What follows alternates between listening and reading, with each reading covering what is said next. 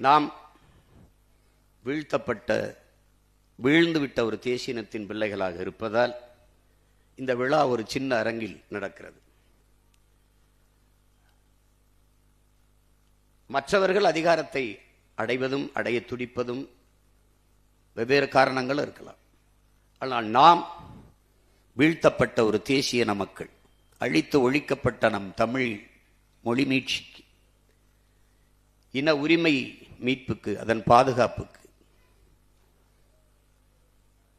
இனத்திற்கென்று ஒரு அதிகாரம் கட்டமைக்கப்பட்டால்தான் நிலம் வளம், காடு மலை, கனிம வளம் எல்லாம் பாதுகாக்கப்படும். அதெல்லாம் கண் முன்னாடி பறிவை கொண்டிருக்கிறதை நாம் பார்க்கிறோம். தமிழ் என்றோ, தமிழர் என்றோ, தமிழ் இனம் என்றோ, தமிழர் நிலம் என்றோ, தமிழர் வரலாறு என்றோ, தமிழர் இலக்கியம் என்றோ, தமிழரின் தொன்மம் என்றோ, வழிபாடு என்றோ, தமிழர் அடையாளங்கள் என்றோ பேசுவதற்கு எவரும் இல்லை. பேசாதவர்களிட்டே ஆட்சியும் அதிகாரமும். இந்த நிலையில் புதிதொன்றுமில்லை நமக்கு. இது முயன்று முடியாது போனது முன்னவர்கள் நமக்கு பாடமாக நிற்கிறார்கள்.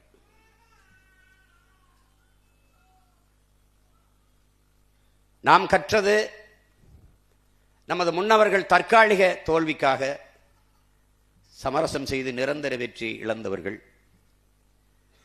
தற்காலிக வெற்றிக்காக சமரசம் செய்து நிரந்தர தோல்வியை தழுவிக்கொண்டவர்கள்.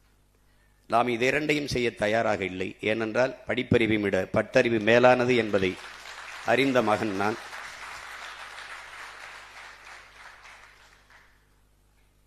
நிறைய தோற்றிருக்கிறோம். குறிப்பாக என் பிள்ளைகள், குறிப்பாக நாம் தமிழர் கட்சி பிள்ளைகள். ஆனால் உலக வரலாற்றில் இவ்வளவு தோல்விகளை சந்தித்த ஒரு அரசியல் இயக்கம் இருக்காது, இனி எதுவும் இருக்க போறதும் இல்லை, இருந்ததும் இல்லை. ஆனால் அந்த இயக்கம் கலைந்து போய்விடும், காணாமல் போய்விடும், சிதைந்து போய்விடும். ஒற்றை தோல்விக்கே ஓடி நொறுங்கி போனது கட்சிகள், பல கட்சிகள். இத்தனை முறை தோற்றும் சற்றும் தளராது அப்படியே அதே உறுதியோட ஒரு கட்சி இருக்கிறது என்றால் அதே புத்தெழுச்சியோடு எத்தனை இடைத்தேர்தல் வந்தாலும் அத்தனையும் எமக்கான களமாக கருதி மறுபடியும் களத்திலே பாய். ஏனென்றால் இது எலி வேட்டையாடுகிற பூனை அல்ல, இது பகையை வீழ்த்த வந்த புலி என்பதை தமிழ் பேரின மக்கள் புரிந்து கொள்ளும்.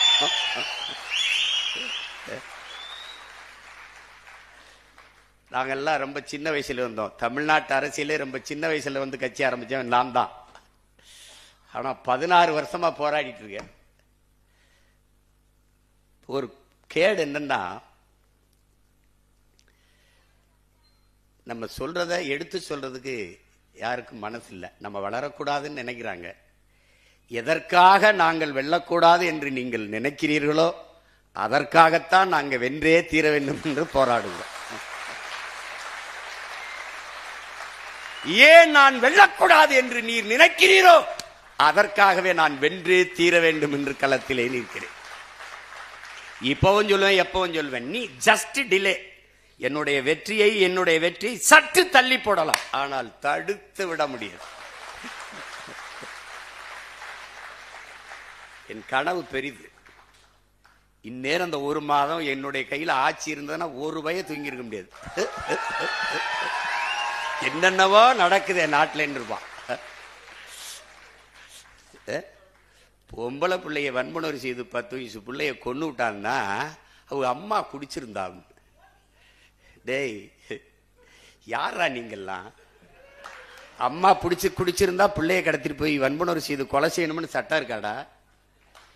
டேய் அவளே குடிச்சிருந்தாலும் தொடக்கூடாதுடா, அவளே குடிச்சிருந்தாலும் தொடக்கூடாது.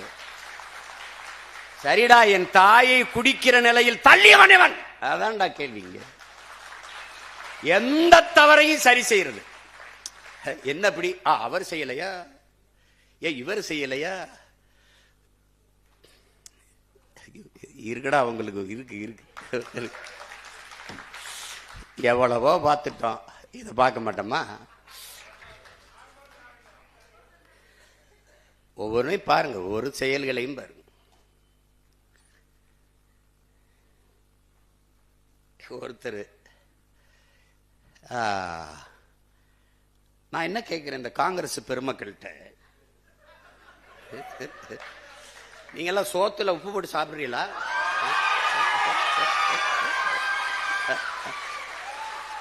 உங்கள் போரான வெக்கம் இதுல ஏதாவது ஒண்ணு இருக்க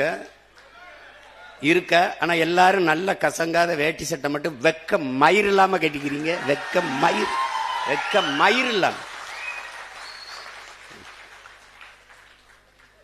எதுக்கு? இப்பதான் திமுக காரனுக்கு அறிவு வருது.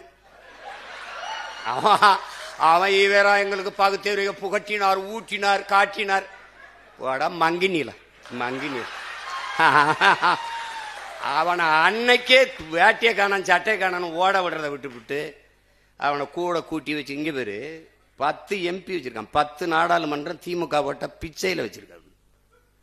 இப்ப உண்மையில மானச ரிசைன் பண்ற, ரிசைன் இட் விலகி இடைத்தேர்தலை சந்திச்சு டிவிக்கோட போய் இந்த டிவிக்கு போட போய் நின்று வாடா வா வென்று வாடா நீ போடா. கூட்டணி பெரிய கூட்டணி இல்ல, ஆட்சி அதிகாரத்தில் இருக்க நீ அவனோட கூட்டணி வச்சு இடைத்தேர்தல் செஞ்சோன்னா 3 ஆண்டு இருக்கு. ரிசைன் பண்ண உடனே இந்த இடைத்தேர்தல் வச்சு நின்று வா நீ பாப்ப. திமுக தயவுல இந்த தேர்தலில் ஒரு மாநிலங்களவை உறுப்பினர் சீட்டு அவன் யாருன்னே தெரியல, வேறு வாய்க்குன்னு இல்லை. இந்த காங்கிரஸை ஏன் கொள்ளணும்? ஏன் இந்த இடத்துல எங்க மாமா திருநாவுக்கரசுக்கோ இல்ல ஐயா தங்கப்பால் மாதிரி மூத்த தலைவருக்கோ எங்க மாமா திருநாவுக்கரசுக்கு அந்த இடத்த கொடுக்க கூடாத? அந்த மாநிலங்களவை உறுப்பினரா பேரை இன்னைக்கு வரைக்கும் எனக்கு ஞாபகத்தில். காலையில கூட கேட்டேன் எங்க அண்ணன்ட்ட, அண்ணன் அந்த யாருன்னு ஏதோ சொன்னாரு, தஸ்கோவிஸ்கி மாதிரி ஏதோ ஒன்று சொன்னாப்ல. அவர் நாக்பூர்ல வேலை செய்யறாரு, நாகாலாந்துல நல்லா வேலை செய்யறாரு. ஏன் ஊருக்கு என்ன வேலை செய்வது? இந்த திமுகவால தேர்வு செய்யப்பட்டு போன நாடாளுமன்ற உறுப்பினர்கள் என் நிலத்திற்கு, என் மண்ணுக்கு, என் மக்களுக்காக பேசிய ஒரு வார்த்தை விடு. இந்த மாநிலங்களவை உறுப்பினராக சென்றவர் என் மண்ணுக்கு மக்களுக்குமாக என்ன பேசுவர்? இப்போது இந்த டிவிக்கு ஆட்சி இவர்களால் தேர்வு செய்யப்பட்டு இன்னைக்கு போயிருக்காரு ஒருவர் மாநிலங்களவை உறுப்பினர். இவர் மீதி இருக்கிற 2 ஆண்டுகளில் என்ன பேசுவார்? வாக்கு என்னது? என் மக்கள் இது எப்படி இருக்கு? இங்க பாருங்க, இந்த டிவிக்கு காங்கிரஸ் ஓட்டு இல்ல, இந்த காங்கிரஸ் வெல்வதற்கு டிவிக்கே ஓட்டு இல்ல. ஆனா தேர்தலுக்கு அப்புறம் 2 நல்ல ஓட்டு. எப்படி? 5 உறுப்பினர் வச்சா 2 அமைச்சர் வச்சிருக்கான். அதுல ஒரு மாநிலங்களவை வாங்கிட்டு போறது. இந்த மாநிலங்களவை உறுப்பினர் திமுக வீட்டில் தட்டேந்து ஒரு சீட்டு, இந்த டிவிக்கே வீட்டில் தட்டேந்து, வீடுக்கு கையேந்தி பிச்சை எடுக்கிறது, இந்த வீடு கட்சிக்கு கட்சி தட்டேந்து இந்த சீட்டு வாங்குறதுக்கு வித்தியாசம் என்ன இருக்கு உனக்கு? நீ எதுக்கு இது ஒரு கட்சின்னு வச்சுக்கிட்டு பேசிட்டு இருக்க? நீ எதுக்கு ஒரு கட்சின்னு வச்சு பேசிட்டு இருக்க? நீ இது ஒரு கட்சி.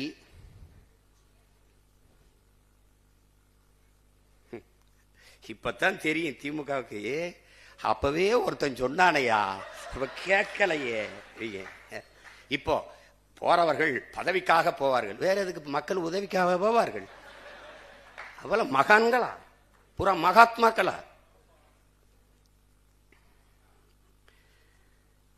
விலகு.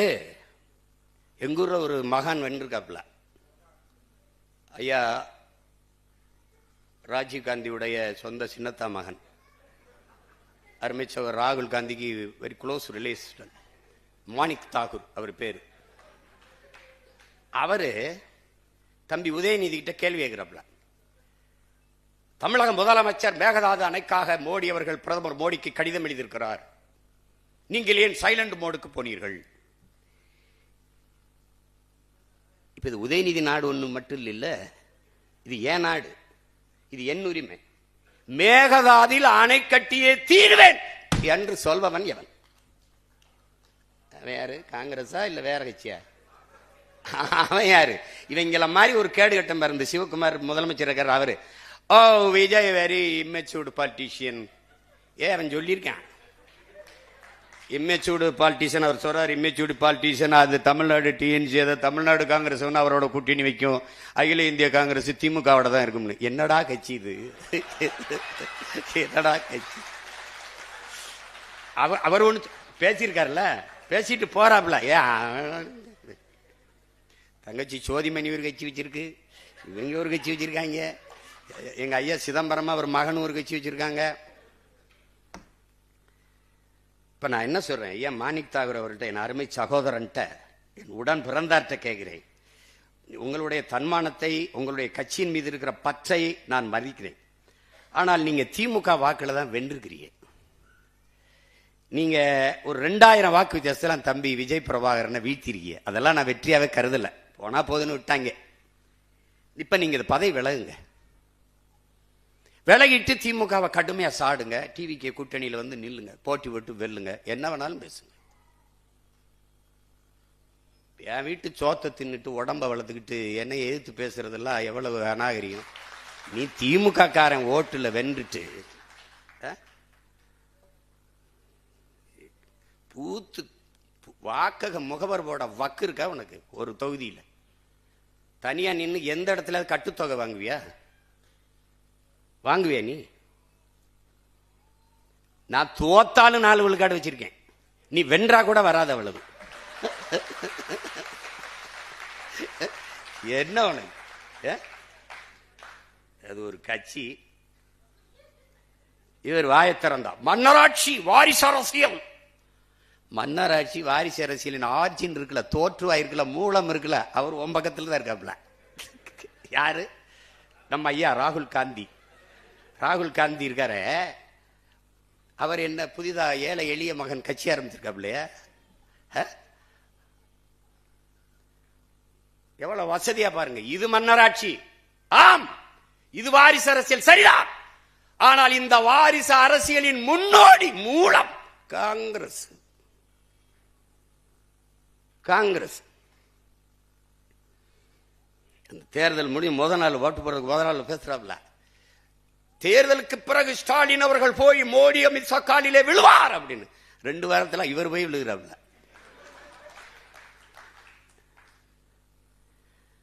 போராடி தடுத்து வச்சிருந்த அத்தனைக்கும் இழுத்து போட்டாப்ல. ஜல்ஜன் ஜீவன் திட்டம், ஜல் ஜீவன் ஒரு குடிநீர் திட்டம். ஒரு நாட்டு குடிமக்களுக்கு, வாக்கு செலுத்தின குடிமக்களுக்கு தண்ணி கூட கொடுக்க துப்பு இல்லை.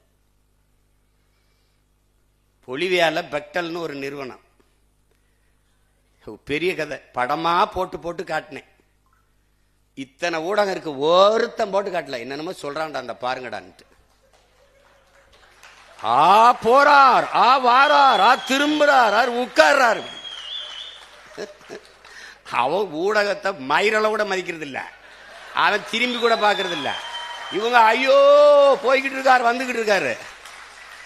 நம்ம மாண்போட மதிப்போம், நம்மள மதிக்கிறது இல்ல. ஊடக தீண்டாமை. நம்ம ரொம்ப தாழ்த்தப்பட்டவன் அவங்க பார்வையில், தீண்டத்தகாதவன் நாம். நீ என்னடா என்னைய ஒதுக்குறது தீண்டத? நான் உன்னை திரும்பி கூட பார்க்கல, போட்டா போடு போல.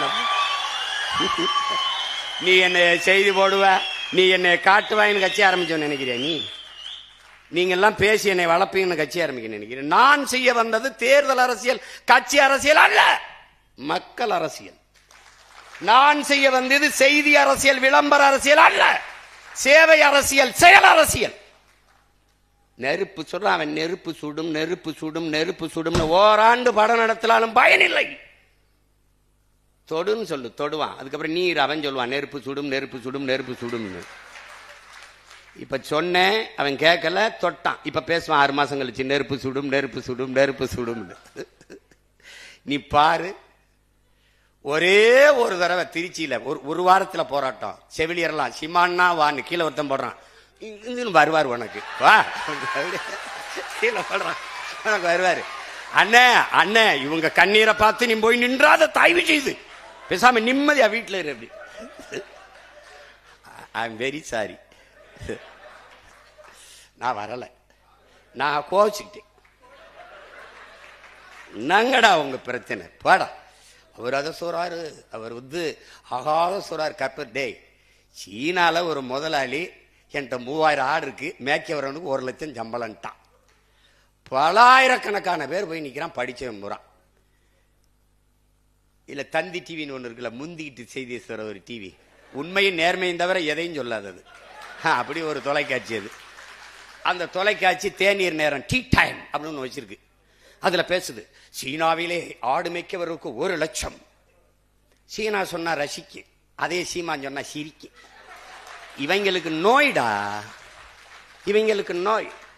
பிரதமர் எந்த ஊருக்கு போனாலும் தற்சார்பு பொருளாதாரம், தற்சார்பு பொருளாதாரம், தற்சார்பு பொருளாதாரம். Move forward organic farming. இத்தனை ஊடகம் இருக்குடா இந்தியா முழுக்க. ஒருத்த மூவ் ஃபார்வர்டு ஆர்கானிக் ஃபார்மிங் ஒருத்த எடுத்து விவாதிச்சிருக்கானா? இல்ல இல்ல.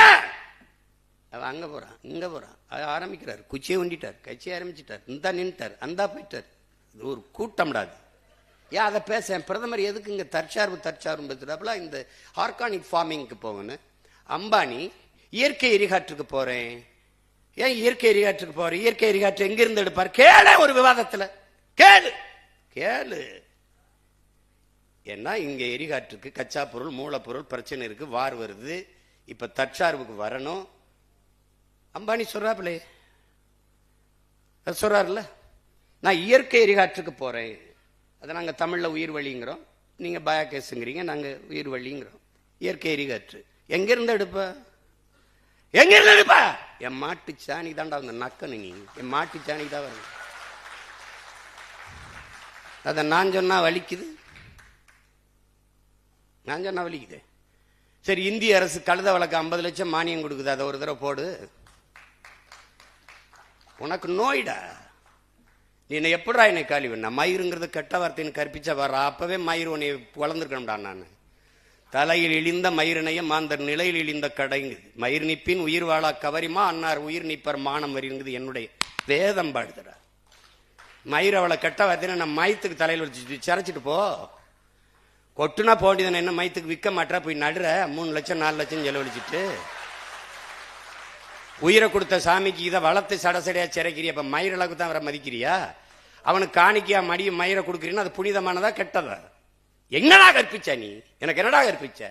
மயிறு கெட்டது, அப்ப மயிரை வெட்டி அழகுபடுத்துகிற அவன் தாழ்த்தப்பட்டவன் நீ கற்பிச்ச. நீ உன்னைய தொலைக்காம போக மாட்டேன். கால் செருப்பு இல்லாம நடக்க முடியல, தச்சு தரவன் இழிந்தவன். நீ இப்படி நோயாக்குனாடா இன்னையே. படிப்பொருள் என்ன படிப்பொருள் விடு. ஆடு மாடு வாழை மேய்க்க தலாய்க்கு, பன்னி மேய்க்க தலாய்க்கு, கழுத மேய்க்க தலாய்க்கு, பட பைத்தியக்கார. என் தம்பி லியோடா மரபு வழி வீடு கட்டுறவன்டா. காரைக்குடியில் எங்க ஊருக்கு செட்டிநாடு வீடு மாதிரி. என் தம்பி லியோ தருமபுரியில் ஒருத்தர் வீடு கட்டுறான்டா, படையாச்சிடா.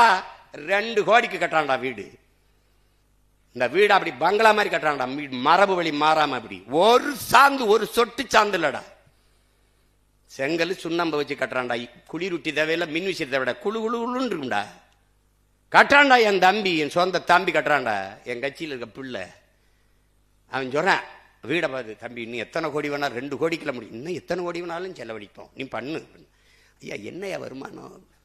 நான் பண்ண வச்சிருக்கேன் யா, பண்ண வச்சிருக்கேன். ஏய் நான் சத்தியம் பேசுறேன்டா எங்க அப்பா மேலானையா, உண்மையை சொல்றேன். இந்த வரை அலைபேச்சியில் இருக்கு என்ன, இந்த தஞ்சாவூர் தான் போயிட்டாப்பா சொல்லுவான், கட்டிக்கிட்டு இருக்கான் தருமபுரியில். பண்ணி வைக்கிறே 10 குட்டி வாங்கி விட்டையா, 6 கோடி வரும். யாது எனக்கு 6 கோடிக்கு பண்ணி இருக்கு, நீ கட்டியான்னு இருக்காப்ல. படையாச்சி பண்ணி வளர்த்து சம்பாரிச்சுக்காண்டா. பைத்தியக்கார பையல. எங்க பொருளாதாரம் இருக்குன்னு தெரியாத கிறுக்கா. அரசா மருத்துவமனைக்கு வெளியில் வரும்போது கழுதப்பால் ஒரு இது 1000 ரூபாய்டா. ஒரு என்னது அது சொல்றது, ஒரு சங்க 1000 ரூபாய்டா. மருந்துடா. கழுத மேய்க்க தலாய்க்கு, ஆடு மாடு மேய்க்க தலாய்க்கு. டேய் நீங்கெல்லாம் அறிவு இருக்கிறவங்களாடா. வேளாண் துறைக்கு ஒரு அமைச்சர் போட்டிருக்க, என்ன புடுங்கிறதுக்குடா போட்ட? எதுக்குடா போட்ட? அவன் அரசு அமைச்சர், அவருக்கு ஒரு கான்வாய், அவருக்கு ஒரு வீடு, அவருக்கு ஒரு பெரிய இது. அவர் அரசு அமைச்சர். கால்நடை துறைக்கு ஒரு அரசு அமைச்சர், பால்வளத்துறைக்கு ஒரு அமைச்சர். இவன் 3 பேருடைய வேலை என்னடா சொல்லு? நாங்க பின்னோக்கி இருக்கிறோம், இவருக்கு முன்னோக்கி போறாங்க. பால்வளத்துறை அமைச்சருக்கு வேலை என்ன? பால் இருக்குடா, வளம் எங்கடா? கால்நடையே இல்லை, எதுக்குடா கால்நடை துறைக்கு தண்ட கர்மாந்தரம் அமைச்சர் போட்டு கேட்டீங்க வாடா? எதுக்கு போட்ட? வேளாண் பல்கலைக்கழகம், வேளாண் கல்லூரி, வேளாண் துறைக்கு அமைச்சர். அப்ப அவனுக்கு எங்கடா வேலை கொடுப்ப? வேளாண்மை அரசு பணி ஆக்குனாதான்டா அவனுக்கு வேலை கிடைக்கும். இப்ப வேளாண் துறை அமைச்சருக்கு வேலை என்ன? வேலை என்ன? கால்நடைத்துறை அமைச்சருக்கு வேலை என்ன? அதான் எப்படிப்பட்ட அறிவாளிகள்கிட்ட சிக்கிட்டோம் பத்தியில. அவன் என் தம்பி ஒருத்தர் இருக்கான், பார்த்திபன். அவன் போக்குவரத்து துறைக்கு அமைச்சராக போட்டிருக்காப்ல. அவன் அங்கே அந்த ஊர் மாவட்ட ரசிகர் மன்ற தலைவர். வால்வோ பஸ் உரிமையாளர்கிட்ட போய் நீ தாண்டா ஓட்டுற, அந்த வால்வோ பஸ் கவர்மெண்ட் தாண்டா ஓட்டுது, அது நீ தம்பி சாப்பிட்டு வந்திருக்க, நான் பசுவோடு இருக்கேன். அது இல்லையே அவர் சொல்றதுக்கு, இது இல்லையே பதிவு செஞ்சவங்கலாம் விட்டுட்டு இங்கே காத்திருந்தவங்களை ஏற்றி விட்டேன் அப்படின்னு. எப்படி இருக்கு? பாட்டுலுக்கு 10 ரூபா, பாட்டுலுக்கு 10 ரூபா, பாட்டுலுக்கு 10 ரூபாயின்ட்டு அதிகாரத்துக்கு வந்தோன்னா பாட்டுலுக்கு 10 ரூபா அப்படிலாம் கிடையாது. அதெல்லாம் நிறுத்த முடியாதுங்க. ஒரே நாள் சினிமா மாதிரிலாம் முடியாது. யார்? அமைச்சர். வியாக்கியானம் இல்லை, அங்கே ஊழியர்களுக்கெல்லாம் அவர்களுக்கு காசு செலவுக்கு இந்த பாட்டில் எடுத்து வைக்கிறது, அதுக்கெல்லாம் அது 10 ரூபாய்க்கு வித்தாத்தான் அப்படின்னு. இவ்வளவு தர்ம நியாயத்தை உங்களால் சொல்லலப்பா. மதுரையில் பேசும்போது நம்முடைய மாண்புமிகு முதல்வர் ஐயா அவர்கள், இந்த மீனவர்கள் இதற்காக நீங்கள் மோடிஜி நீங்கள் கச்சத்தீவை மீட்டு கொடுத்துருந்தா அது போதும். இப்ப மீன்வளத்துறை அமைச்சர்கிட்ட, சார் இந்த கச்சத்தீவை மீட்கிறது அதிகாரி 3 தடவை no comments, no comments, no comments. அமைச்சர் அது இப்ப நம்ம பேச தேவையில்லை, நோ கமெண்ட்ஸ். ஏண்டா நோ கமெண்ட்ஸ் சொல்றதுக்காடா இவ்வளவு பேர் கிளம்பி வந்தீங்க? அவன் அந்த அமைச்சர் பெருமகன், நாங்க தூத்துக்குடிய ஒரு போர்ட் நகரமாக, துறைமுக நகரமாக, அதான் எங்க தலைவருடைய. டேய் அது துறைமுக நகரம் தான்டா அது.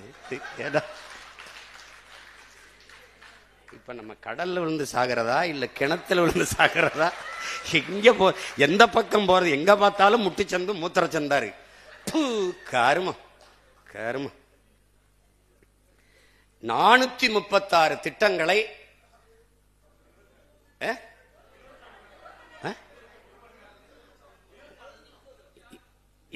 76 சரி 1.25 மணி நேரம் வச்சுக்கிடுவோம். 1.25 மணி நேரத்தில் 436 திட்டங்கள்னா ஒரு திட்டத்துக்கு 3 நொடி செலவழிச்சிருக்கேன். 3 நொடி தானே?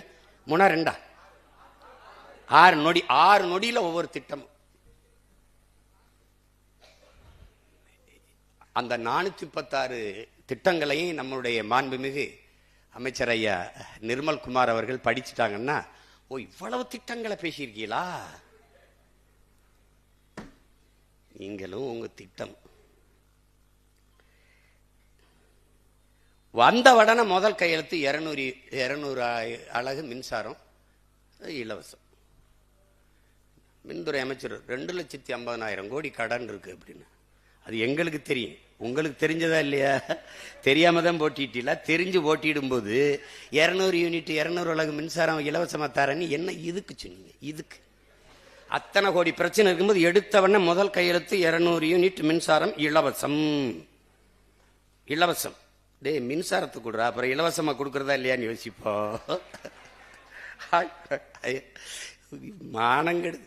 எம்எல்ஏவே நின்றுக்கிட்டு நான் எம்எல்ஏ வெளியூருக்கு போயிட்டாங்கிறேன் நம்பிட்டு வருது சனம். ஏன்னா சனந்தே நம்ம தான் எம்எல்ஏன்னு தெரியலடான்னு. தெரியல, முதல்வருக்கே தெரியாது எத்தனை பேர் எம்எல்ஏ, எவனுக்கு சீட்டு கொடுத்தோம், எந்தெந்த தொகுதின்னு தெரியாது. ஓட்டு போட்டவனுக்கும் தெரியல, சீட்டு கொடுத்து நிறுத்தினவனுக்கும் தெரியாது யார் எம்எல்ஏ.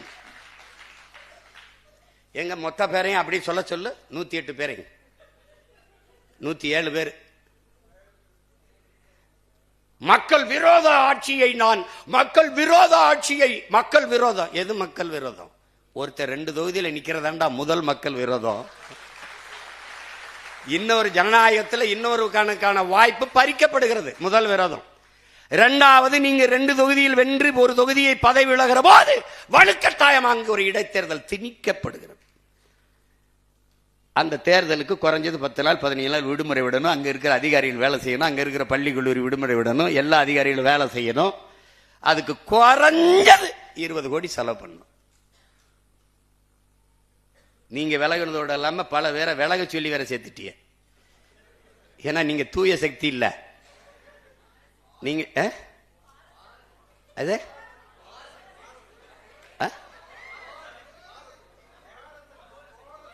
கோரசக்தி, தூரசக்தி, பாரசக்தி, ஏரசக்தி, ஓரசக்தி. எங்க ஊர்ல வருவாங்க குடுகுடுப்புக்கு, நல்ல காலம் பிறகுது, நல்ல காலம் பிறகுது மாதிரி அடிச்சுக்கிட்டு ஏதோ ஒன்று. அதுல கடைசி இதை மறந்துட்டாப்ல, தூந்து போன சக்தி கண்டுபிடிச்சிட்டாப்ல.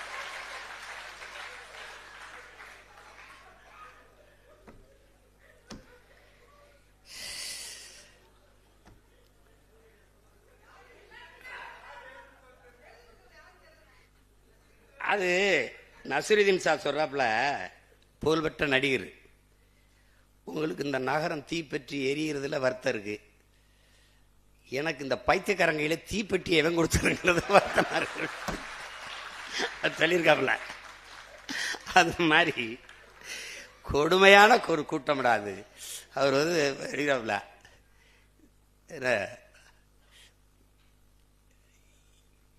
என்னன்னு தெரியல,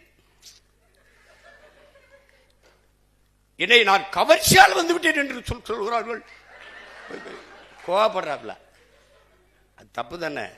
அவர் மண்டேலா மாதிரி 27 ஆண்டு சிறையில் இருந்து வந்திருக்காப்ல. எண்ணற்ற தியாகங்கள், எண்ணற்ற வழக்கு, பல சிறை கொட்டடிகள், அனுபவம்.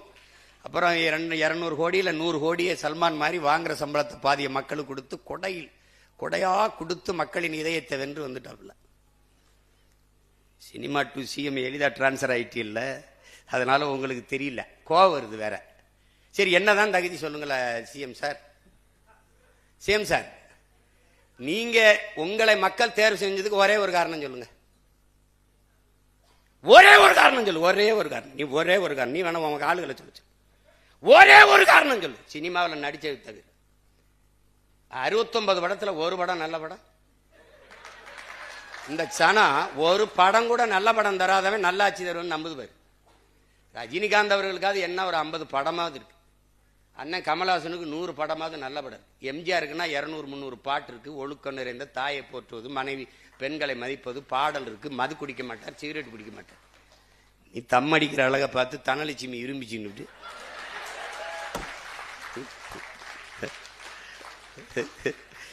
ஏதோ ஒரு கர்மம். இதுல கோவச்சுக்கிறதுக்கு என்ன இருக்கு சிஎம் சார்?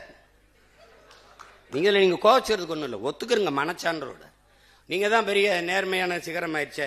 எதா இருந்தாலும் பழைய. எங்க ஊர்ல எங்க அத்தை பொண்ணுலாம் வாக்கப்பட்டு வரும். இந்த எங்க அண்ணங்க நீர் கட்டிக்கிட்டு வரும். கட்டிட்டு வந்தா என்ன தச்சு அப்படின்னு, ஐயோ எங்க கிரிய குழந்தை பெத்தவனும் போயிட்டா, வளர்த்தவளும் போயிட்டா, இந்த உங்க அண்ணன்ட்ட பிடிச்சி கொடுத்து விட்டு ஒரு தோடு உண்டா, தொங்கட்டா உண்டா, கொலுசு உண்டா, மாத்தி கட்டிக்கு ஒரு புடவை தான் உண்டா, நல்ல நாள் பெரியால் தீபாவளி திருநாள் உண்டா, ஒன்றும் கிடையாது. நான் அந்த புலம்பலுக்கு இந்த புலம்பல் என்ன இருக்குது? மனசாட்சி இல்லாம எம்மிட. ஒரு கேள்விதான். நீங்க கரூருக்கு வரலைன்னா கூட்டல்ல, கூட்டல் என்ன நெரிசல், நெரிசல் இல்லைன்னா சாவில்லை. இதானே மூல காரணம் யாரு? நீங்க. அந்த குற்ற உணர்வோடு நானும் ஒரு காரணமா இருந்துட்டேன், வருந்துறேன்னு இதுவரை நீங்க ஒரு வார்த்தை பதிவு செய்யல சிஎம் சார். நீங்க பதிவு செய்யல. ஆனால் நீங்க மக்கள்கிட்ட ஒரு வேடத்தை போட்டு எம்எல்ஏ பழிய போட்டாரியா. ஸ்டாலின் ஐயா அரசு போட்டுருச்சு. நான் ஈரோட்டில் இடைக்க தேர்தலில் 5 நிமிஷம் கூட பேசிட்டேன்னு வழக்க போட்டு போக ஒரு நாள், ஏன்னா சரியா 10 மணிக்கு நிக்கணும். அப்ப முத நாளே போய் தங்கணும். இப்ப அடுத்த நாள் பாதிக்கு மேல நேரம் ஆயிருது. அப்ப 2 நாள் என் நேரத்தை, எனக்கு ஒவ்வொரு நொடியும் உயிர் நொடி 2 நாளா வீணடிச்சிட்டாப்ல. 5 நிமிஷம் கூட பேசிட்டேன்னு வழக்க போட்டு. ஆனா 41 பேர் மரணத்திற்கு ஒரு முதல் தகவலுக்கு ஒரு எஃப்ஐஆர் கூட பதிவு பண்ணாத கோழை அரசு திமுக அரசு. தற்காத்து விட்டவன் இந்த பிஜேபி, இந்த ஏடிஎம்கே, இந்த 2 பேரும் சேர்ந்து உண்மை கண்டறியும் குழு. ஏன் அந்த தூத்துக்குடி துப்பாக்கி சூட்டுக்கு உண்மை கண்டறிய வரல? ஆந்திர காட்டுக்குள்ள 20 பேர் சேர்த்து உண்மை கண்டறிய வரல? ஏன் கண்டறிய வரல? ஏன் உடனே வந்து உண்மை கண்டறியும் குழு? திமுகவை எதிர்த்தவன இவர் ஐயா அதிமுக எடப்பாடி ஐயா குறுக்க விழுந்து சட்டசபையில பேசி அவ்வளவு பெரிய சபையில் ஆதரிச்சு பேசணும்னு இவர் பாய்ந்துட்டாப்ல. இன்னைக்கு அழகா சொல்ற எம்எல்ஏ பழிய போட்டாங்க. பழி இப்போ உங்ககிட்ட இருக்கு, உளவுத்துறை இருக்கு, காவல்துறை இருக்கு, எல்லாம் சிபிசிஐடி இருக்கு, எல்லாம் இருக்கு. ஒரு அதிகாரி ஒரு சிறப்பு குழுவை போட்டு கண்டடிச்சு என்ன உலகம் புறாவை கரூர் 2 தெரு விசாரிச்சு என்ன நடந்ததுன்னு நீங்க தான் வெள்ளரிக்கை எல்லாத்துக்கும் கொடுப்பீங்க. ஒரு உண்மையை அறிவிக்கையை விடுங்க ப்ளீஸ். நீங்க மனச்சான்றோட பேசுறீங்க, நீங்க நேர்மையாளர் தான், நிறுவீங்க. இதுதான் நடந்தது, இந்த அரசு இந்த மாதிரி என் மேல பழியை போட்டது, நிறுவி சேம் சார், நிறுவீங்க. இப்போ இப்போ தெருவுக்கு தெரு கஞ்சா, வீதி வீதி கஞ்சா, அப்படி போத பொருள் எல்லாம் கொண்டாந்து விட்டு விட்டு இப்ப இன்னைக்கு எம்எல்ஏ பழிய போடுறாங்க. ஏய், தெருவுக்கு தெரு கஞ்சா விற்கணும் தெரிஞ்சுதானே நான் வந்து போதை ஒழிக்கிறேன்னு சொல்லிட்டு வந்தியே.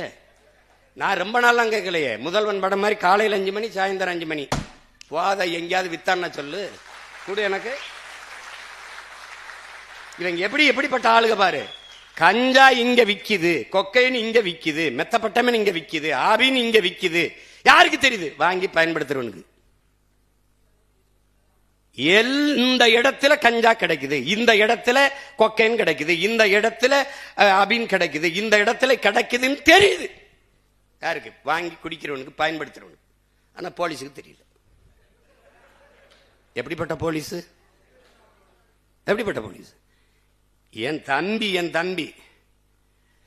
லாரி உரிமையாளர்கள் அந்த மண் விற்கிறாங்கல்ல, மண் சவுடு மண்ணில் முறையோட ஆற்ற விடுவான். என் தம்பிட்டு வந்து சின்னவன்ட்ட போய், நே அண்ணனுக்கு சொல்லுங்கண்ணே, முன்னெல்லாம் ஒரு லாரிக்கு 1000 ரூபா வாங்கிட்டு இருந்தாங்கண்ணே, இப்போ 2000 கிட்ட அடம் பிடிக்கிறாங்கண்ணே, நாங்கள்லாம் எங்கேனே போகிறது அப்படின்னு. அண்ணன்ட்ட சொல்லுங்கண்ணே. டே இருடா, ஒரு 6 மாதம் நானே பற்றி நான் வந்து மௌன விரதம்டான்னு இருக்கேன்.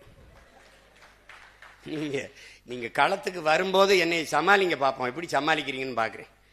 நீ காட்டு பள்ளியில் நீ கட்டு பார்ப்போம், நீ தண்ணீரை வித்துறா பார்ப்போம், நீ ஜல்ஜனாது கிழிஜனாது கொண்டாந்து வித்துரு பார்ப்போம். சொந்த குடிகளுக்கு தண்ணீரை ஊற்றி முடியல. ஒருத்தன் வந்து ஒரு முதலாளிகிட்ட கொடுத்து அவன் தண்ணீரை விற்கிறான், அவன் தண்ணீரை கொடுப்பானா எனக்கு? உனக்கு அதை விட என்ன வேலை? அதை விட என்ன வேலை? என்ன வேலை? அவன்கிட்ட கொடுத்தா அவன் சொல்றதான், அவன் கொடுக்கறதான் தண்ணி, அவன் விதிக்கிறதான். ஒரு நாடு அறிவை வளர்க்கும் கல்வி வியாபாரம், உயிரை காக்கும் மருத்துவம் வியாபாரம், உலக உயிர்களின் உயிர் தண்ணீர், உயிர் தேவையாக இருக்கிற தண்ணீர் வியாபாரம், எல்லாம் வியாபாரம். போக்குவரத்து வியாபாரம், மின்சார உற்பத்தி. பாருங்க, மின் உற்பத்திக்கு என்ன ஒன்று ஒரு தற்சார்புக்கு ஏதாவது வருதா பாருங்க, யோசிக்கிறாங்க பாருங்க. பிரைவேட் எதை என்ன நீங்க என்ன போடுவீங்க? சோலார் மின் பூங்காமா, எவ்வளவு இடம்? எல்லாம் தொழில்துறைக்கு வாங்க, முதலீட்டாளர்கள் இன்வெஸ்ட் பண்ண வாங்க. நாங்க வந்து ஒற்றைச்சாளர முறையில் சிங்கிள் விண்டோல திறங்க. எங்கே நடுவாய்? எங்கே தொழிற்சாலையை வைப்பாய்? எங்கே வைப்பாய்? அது என் நிலத்துல. தொட்டுறா பாக்குற நீ, நல்ல ஒருத்தன் தொட்டுறா பாப்ப என் நிலத்துல. எனக்கு ஒரு வேலையும் கிடையாது. நான் இந்த தேர்தல் வெற்றி தோல்விக்கு அப்பாற்பட்டவங்க நாங்க. எனக்கு அதை பத்தி கவலையே கிடையாது. போட்டா போடு, போலைன்னா போடு. இன்னைக்கு இல்லை நாளைக்கு இல்லை தான் சொல்லுவேன். போட்டா போடு, போலைன்னா போ. எனக்கு ஒன்றும் இழப்பு கிடையாது. எங்கே உள்ளது நடுவ? சிப்காடு தொழிற்சாலை, ஒரு தொழிற்சாலையும் நீ நட முடியாது, வைக்க முடியாது. இருக்கிறதே நான் மூடிட்டு தான் போவேன். பெருந்துறையில 26 கிலோமீட்டர் தண்ணீர் எடுத்து குடிக்காத, தண்ணீர்ல யுரேனியம் கலந்துருச்சு, அதை குடித்தால் தாய்ப்பால் நஞ்சாயிரும். இதுதான் பீகார்ல நடக்குது. அவன் தேர்தலுக்கு முன்பு சொல்லல, தேர்தலுக்கு பிறகு 10 மாவட்டத்தில் தண்ணீரில் யுரேனியம் கலந்திருக்கு, எடுத்து குடிக்காத, தாய்ப்பால் நஞ்சு கலந்து பிறக்கிற குழந்தை குறையோடு பிறக்குதுன்னு சொல்றான். அவன் நல்ல வீரன் தான். தேர்தலுக்கு முன்னாடி சொல்லியிருக்கணும். இது எவ்வளவு பெரிய ஐக்கியத்தனா? இவன் எதுக்காக 12 நாள்ல பதவி விலகினா? இவன்லாம் ரெட்டலையில வென்றவன், வெக்கம் இல்லாம எதற்காக விலகினா? எதற்கு? அல்ல ஒருத்தர் சொராப்ல, ஐயா எசக்கி சுப்பையாங்கிற காந்தி நேரடி வாரிசு, அவர் சொராப்ல, அது வந்து நம்ம ஆளுங்கட்சியோட இருந்தாதான் மக்களுக்கு ஏதாவது நல்லது செய்ய முடியும்னு. பல பெரிய ஜனநாயகவாதிகள். அப்படின்னா எதிர்கட்சியே இருக்கக்கூடாது இல்லையா? ஆளுங்கட்சியில இருந்தாதான் அவர் தொகுதி நிதி தருவார், மக்களுக்கு நல்லது செய்ய முடியும். இது என்ன? இது ஜனநாயகமா அல்லது சர்வாதிகாரமா, கொடுங்கோன்மையா? இது எப்படி? எப்படி? அறநிலைத்துறை அமைச்சர் ஒருத்தர் இருக்காருல்ல, ஒரு தம்பி, அவர் பேசுறாரு திருச்சியில், ஒரு வரலாற்று பெரும் முழக்கத்தை இருக்கிறார். எதிர்கட்சியே இல்லாத சட்டசபை அமைப்பான். உன்னை தாண்டா தேடிட்டு இருக்கேன் நான், உன்னை தாண்டா தேடி இருக்கேன். டேய், எவ்வளவு பெரிய ஜனநாயகவாதியடா. இதுல நம்மால இன்னும் கொஞ்சம் என்னைய சப்போர்ட் பண்ணிருக்கலாம். அடப்பாவி, இதுவே அதிகம்டா. டேய், இவரு நம்மால ஏறி இன்னும் கொஞ்சம் என்னைய சப்போர்ட் பண்ணிருக்கலாம்.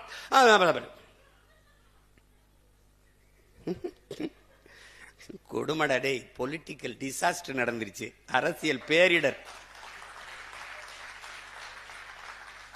அதை மக்களை அனுபவிச்சுக்கிற வேண்டியதுதான். நம்ம நான் என் பிள்ளைகள்ட்ட சொல்லிட்டேன், பிசிக்கல் ஃபிட்னஸ் மென்டல் ஃபிட்னஸ் ரெண்டையும் பண்ணிட்டு இரு, களம் நமக்கு காத்திருக்கு. எனக்கு கற்பிச்சவன் சொன்னான், எனக்கு என் தலைவன் எங்களுக்கு கற்பிச்சான். என்ன கற்பிச்சான்? நாம் களத்தை இழக்கலாம், காலத்தையும் இழக்கலாம், பழத்தை இழந்து விடக்கூடாது. அதுக்கு சான்றே வரேதான். அனுராதபுரத்தை அடிச்சு பிடிச்சிட்டான், ஆணையரவை அடிச்சு பிடிச்சிட்டான். ஆணையரை பிடிச்ச பிறகு அப்புறம் போயிடுச்சு களம். ஒரு கால் இருக்கு அண்ணன், உங்களுக்கு தெரியும் நம்ம அண்ணன் பால்ராஜ். இந்த போர் காட்சியில் எடுத்து இந்த கால் இந்த பிறகு இப்படி இருக்கும், இப்படி எடுத்து வைப்பாப்ல. சகதிகளை கட்டக்கால் மடிச்சுன்னா வராதில்ல, அப்படி தூக்கி வச்சு போவாப்ல, வாக்கியோட பேசிக்கிட்டு அடிச்சு பிடிச்சிட்டாரு. அப்ப என்ன சொல்ற, அதுல என்ன தெரியுதுன்னா, களத்தை இழந்தோம், காலத்தை இழந்தோம், ஆனா பலத்தை இழக்கல, திருப்பி அடிச்சு பிடிச்சிட்டாப்ல. அதான் நமக்கு கற்றுக் கொடுத்தது. நீ தயாராயிரு, நமக்கான களம் நம்ம தயார் செய்ய வேண்டியதில்லை, அவர் தயார் செஞ்சு தருவாப்ல.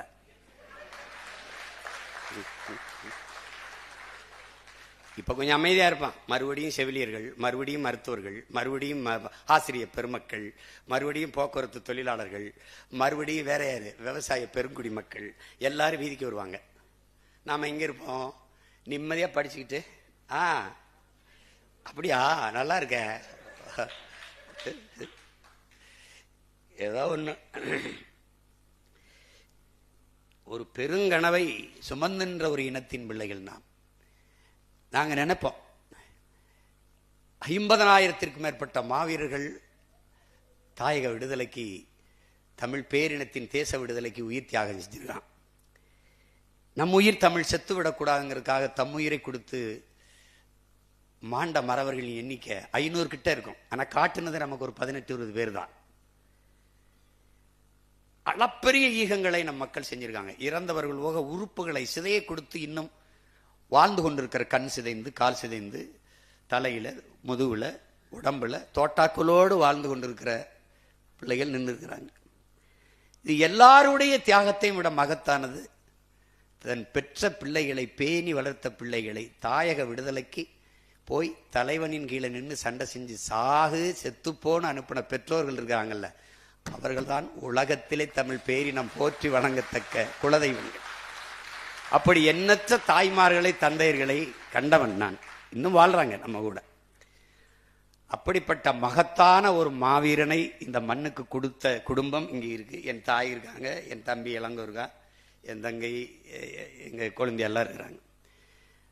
அதான் நான் சொன்னேன், உயிராயுதம் அறிவாயுதம் கருவி ஏந்திய இடத்தில் என் அப்பன் குரலாயுதம் ஏந்தி இந்த இனத்தின் விடுதலைக்கு கடைசி மூச்சையும் தன் தாயக விடுதலைக்கு அர்ப்பணித்தவன் நம்முடைய தகப்பன், நம்முடைய அப்பா தேனிசை செல்லப்பா அவர்கள். இசை வணக்கத்தில் பாடிய பாடல்கள்லாம் கேட்டிருப்பீங்க. நம்ம யாரும் செய்யல. உலகெங்கும் பரவி வாழுகிற இளைய தலைமுறை பிள்ளைகள் அவர்களாக எழுதி அவர்களே மெட்டமைச்சதென்றால் இந்த தலைமுறையின் இதயத்திற்குள் கூட எவ்வளவு பெரிய தாக்கத்தை நம் தந்தை ஏற்படுத்தியிருக்கிறாருங்கிறத பாருங்க.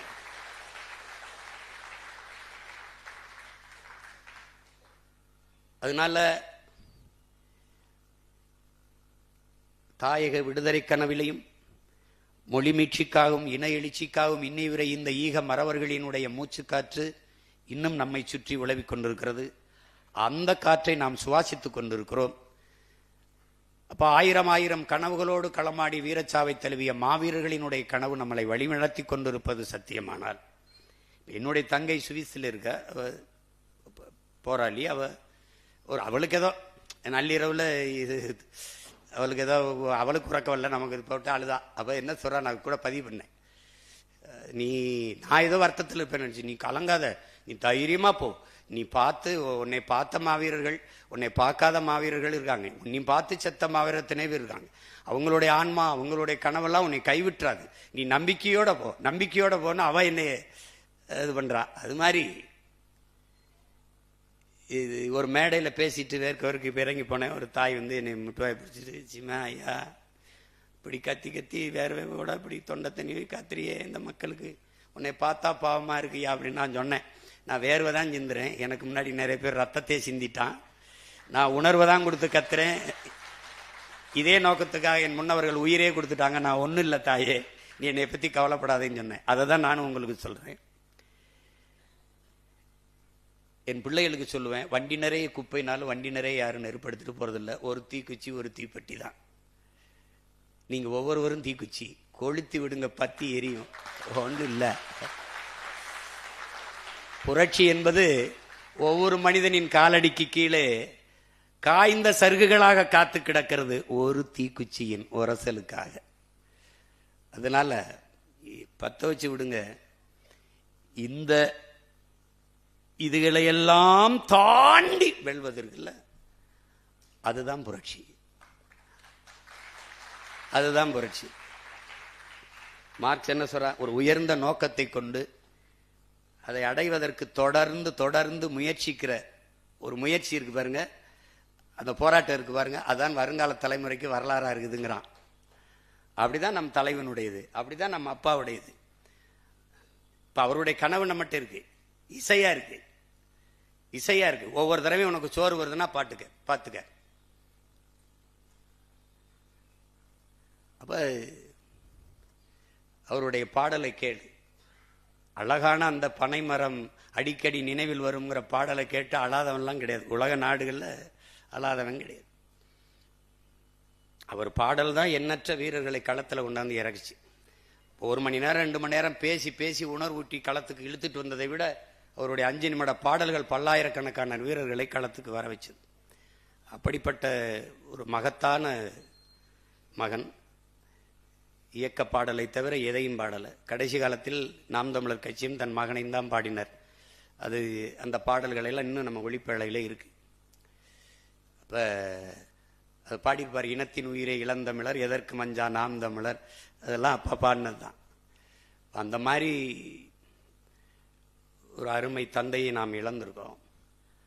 அவர் இல்லை, உருவத்தால் இல்லை, உணர்வால, தன் குரலால, கனவால எல்லாமே நம்ம கூட வாழ்ந்துக்கிட்டு தான் இருக்காரு நம்ம அப்பா. என் அருமை உடன் பிறந்தார்களுக்கு, என் பேரின சொந்தங்களுக்கு சொல்லுவேன், இது தற்காலிக ஒரு பின்னடைவு தான். 7 அடி முன்னோக்கி பாய ஒரு நீளம் தாண்டுகிறவன் 70 அடி பின்னோக்கி இருந்து ஓடி வர்றான். 7 அடி தாண்டத்தான் 70 அடி பின்னோக்கி போய் ஓடி வர்றான். இப்ப நம்ம கொஞ்சம் பின்னாடி போயிருக்கோம். 8 அடியிலிருந்து 4 அடி பின்னாடி வந்திருக்கோம். எதற்காகனா 40 அடி தாண்டுவதற்கு. அத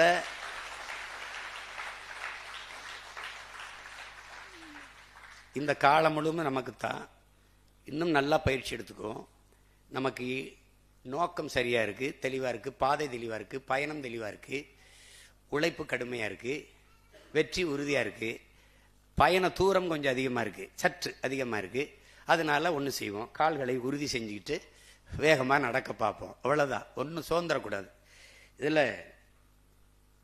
விடியாத இரவு எதுவும் கிடையாது, அடைய முடியாத இலக்கொன்றும் கிடையாது.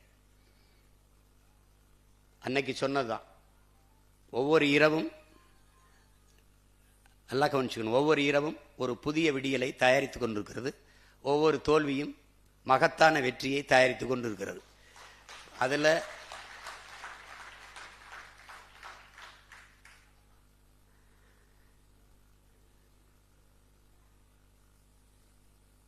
அதனால பொறுமையும் ஒருவித போர்தான் என்கிறான் மாசைத்தும். மிகுதியான் மிக்கவை செய்தாரை தான் தம் தகுதியால் வென்று விடலுங்கிறான் நம்முடைய வள்ளுவ பெருமகனார் தன் மறையிலே.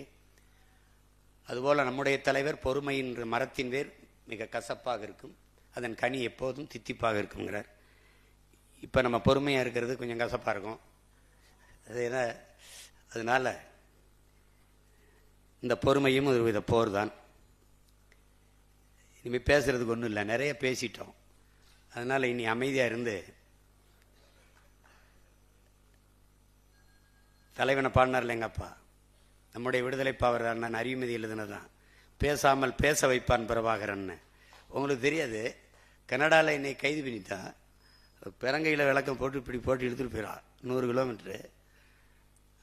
அப்போ கூட்டிட்டு போய் விசாரிச்சுட்டு திருப்பி என்னை விண்ணூர்தி நிலையத்தில் டிபோர்ட் பண்ணி திருப்பி அனுப்புகிறான். 10 ஆண்டுக்கு வரக்கூடாதுன்னு. சரி சரி அனுப்பி வச்சுக்கிறேன்னுட்டேன்.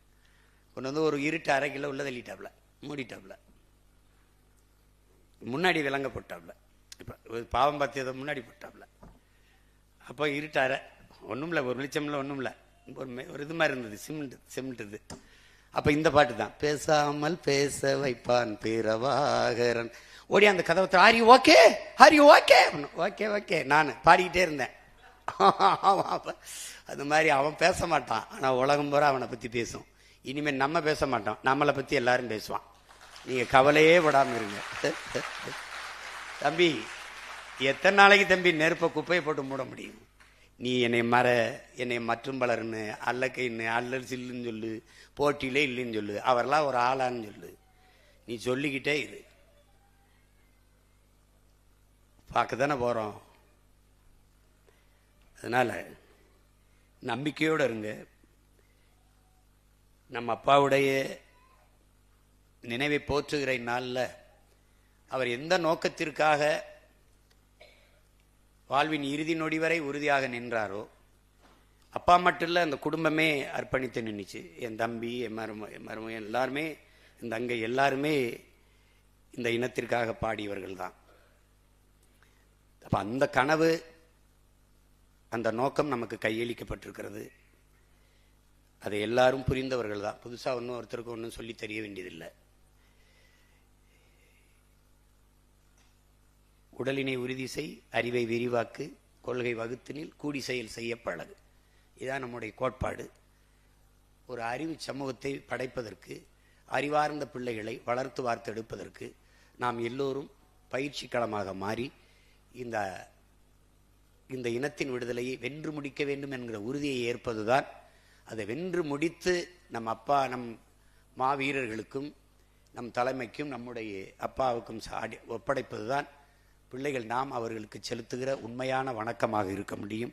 அதற்கு எல்லோரும் தன்னலமற்ற உண்மை நேர்மையாக உறுதியாக களத்திலே நின்று இன விடுதலையின்காக, அதன் வெற்றிக்காக அரும்பாடுவாற்றுவோம் என்கிற உறுதியை ஏற்பதுதான் நம்முடைய அப்பா வீர முரசு விடுதலை குயில் பாசறை பாணர் மாமனிதர் தேனிசை செல்லப்பா அவர்களுக்கு செலுத்துகிற உண்மையான புகழ் வணக்கமாக இருக்க முடியும். உலகெங்கும் பரவி வாழ்கிற நம்முயிர் சொந்தங்கள் அனைவரின் சார்பாகவும், தமிழீழ விடுதலை தேசிய இராணுவமான விடுதலை புலிகளின் சார்பாகவும், நாம் தமிழர் கட்சியின் சார்பாகவும், என்னுடைய தந்தை தேனிசை செல்லப்பா விடுதலை பாணர் அவர்களுக்கு நம் புகழ் வணக்கத்தை செலுத்துவதில் பெருமையும் மகிழ்ச்சியும் கொள்கிறோம். உங்கள் அனைவருக்கும் என் அன்பு வணக்கம். நம்முடைய பாசறை பாணருக்கு நம் புகழ் வணக்கம். நன்றி.